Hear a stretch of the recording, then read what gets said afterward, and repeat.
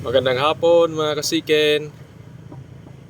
Dito na naman tayo, nagbabalik. Nakita nyo yan mga kasiken.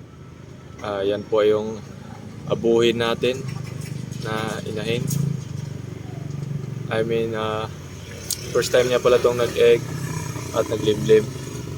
Ito siya. Palagay ko malapit na itong mapisa yung mga itlog nito kasi parang 2 weeks na to siya limlim. Mula nung first day niya maglimlim, binilang ko mga nasa 2 weeks na ito. Yan na siya. Hopefully yung mapipisa nito, maraming mapisa.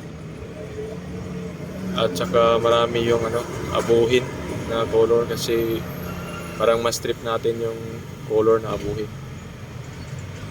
Ayan siya guys, tapang ng titit niya sa atin. Galit na galit. Gustong manakit.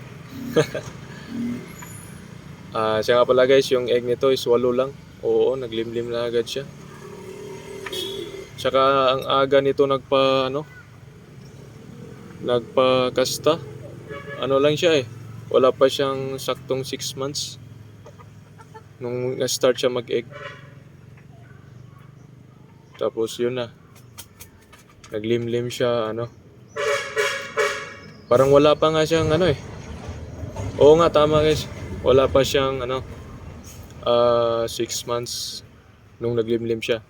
Kasi supposedly magsi 6 months siya nung nag-6 months siya nung April 24.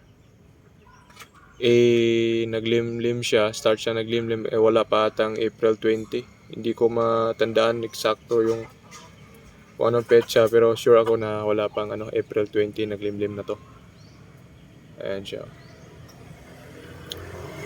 Binilang-bilang ko dati yung mga naglimlim na mga inahin dati dito is umabot sila ng 16 days to 18 days.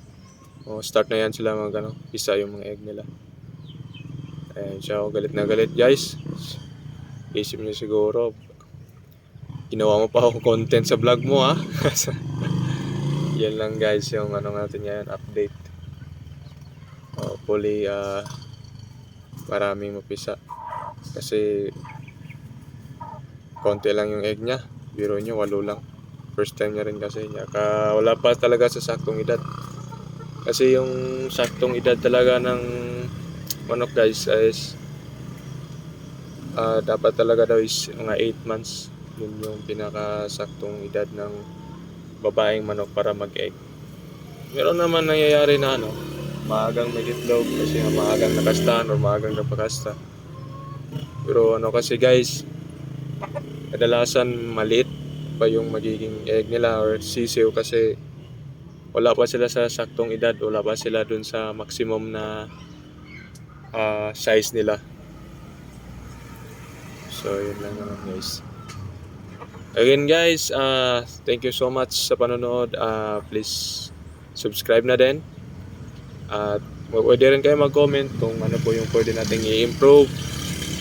Kung anong may iba po kayong nalalaman about sa pagmamanok na hindi ko alam.